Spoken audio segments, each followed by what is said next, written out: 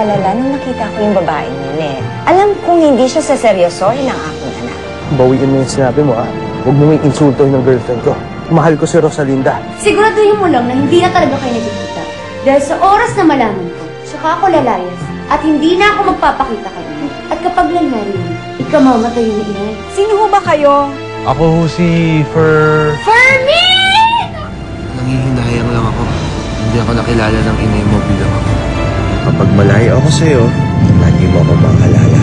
Fernando Jose Altamirano. Ano yung sinasabi mong Altamirano? Wala, ate. Hindi mo itong matatago kay Valeria para sa ikakatahimik ng buhay mo. Ngayon pa lang hanggat maaga, layuan mo na siya. Akala ko ba kakampi ko kayo, Uncle? Kung mahal niyo ako, hindi niyo ako sasabihin na layuan ko ang girlfriend ko. Mahal nga kita. Kaya kung nasasabi sa ito, walang patutunguhan ng relasyon niyo. Masasaktan ka lang. Kaya nakikiusap ako, ngayon pa lang, layuan mo na siya. I'm sorry, Uncle, but I've had enough of this conversation. Fernando Jose, huwag kang magalit sa akin. Hindi ako kaaway mo. Pero hindi ka rin kakampi. Dahil kung kakampi kita, Uncle, hindi mo sasabihin sa akin na layuan ko si Rosalinda. Mahal ko siya.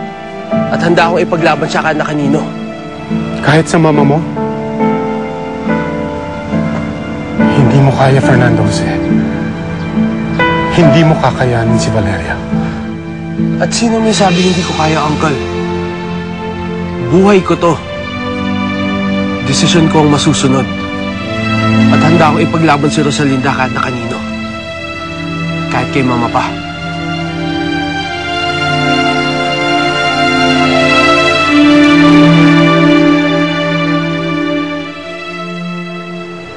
Oy, Clarita. Talaga bang hindi ka napapipigil?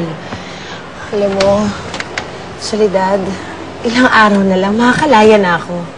Hindi na talaga ako makapag-intay. Pero huwag kang mag-alala. Kahit nasa labas na ako, bibisitahin pa rin kita dito. Aba, dapat lang, no? Dahil kung hindi, kakalimutan kong naging magkaibigan tayo. Pwede ba namang hindi? Sigurado ako kukulitin ako ng kapatid ko. Makita ka lang. Uy! Talaga, Clarita. Talaga ganyan ka talaga eh. Ay, Diyos ko. Salamat sa Diyos.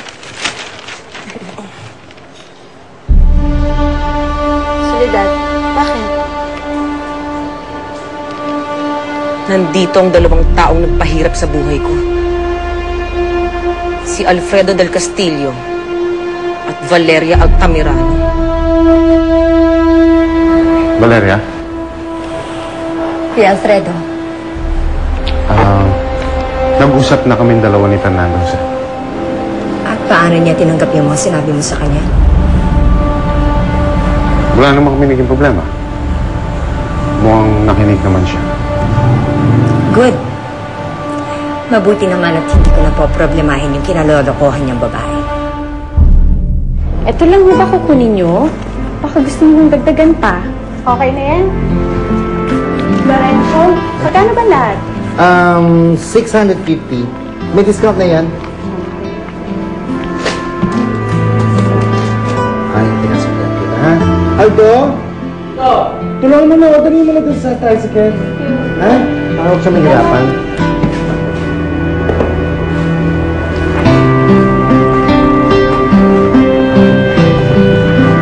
Ingatan mo lang, ha? Baka maano.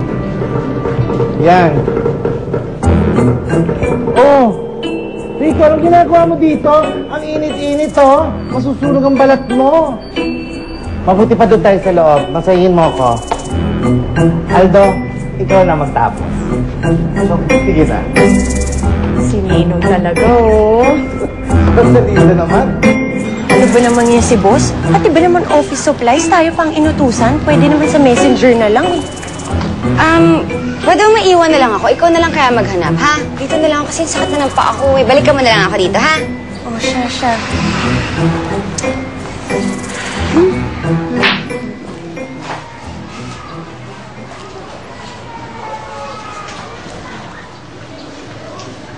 Fernando Jose? Si Fernando Jose, oh. Fernando Jose. Altamirano. Anong Altamirano?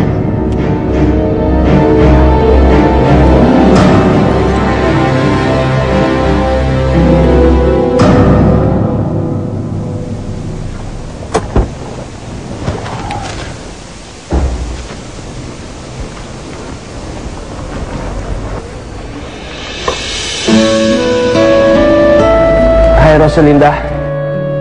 Hello, Becky. Hi. Fernando Jose. Anong ginagawa mo dito? Rosalinda, ipagpapaalam kita sa ninong mo. Aalis tayo. May pupuntahan tayo. Saan? Dadaling kita sa bahay namin. Ipapakilala na kita ng formal sa mama ko.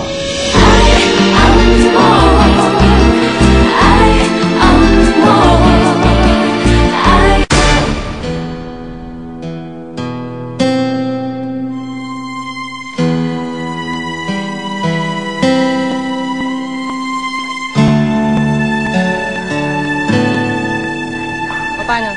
Sandali lang. Mamaya mag-usap.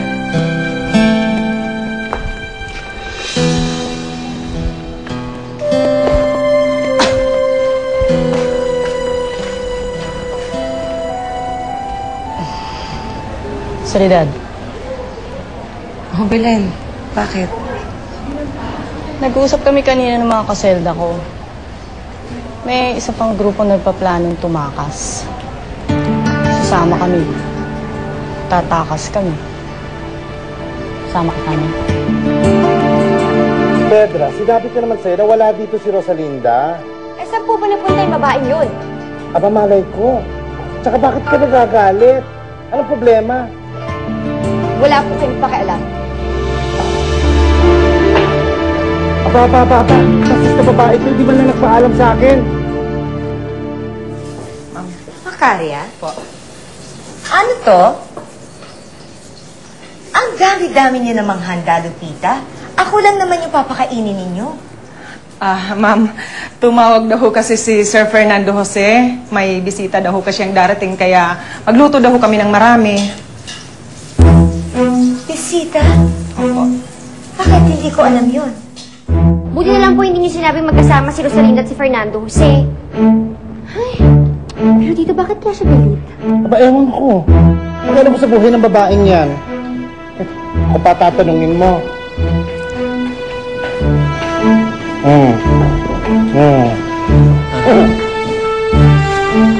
Hindi talaga ng tama sa'yo, Tito Florence, tol.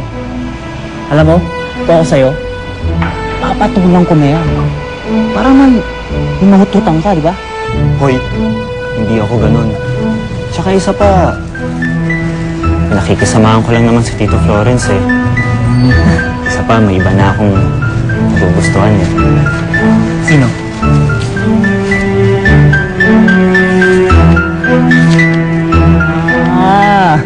Ikaw ah. Sinabi pa niya kung ano pangalan ng bisita niya? Ma'am, pasensya na ho, pero hindi ko niya sinabi.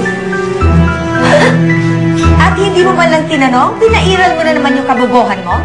Ano ba ito, Makarya, ha? Kailan ba natuturuan mo ito? Ha? Tonta?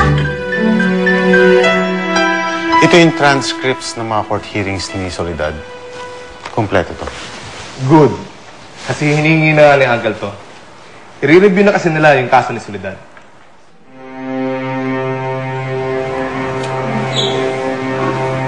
Soledad, totoo ba yung narinig ko?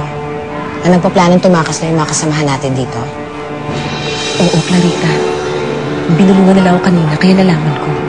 Ako, delikado tong gagawin nila. Dapat masabihan ko na si Warden, re-report ko sila.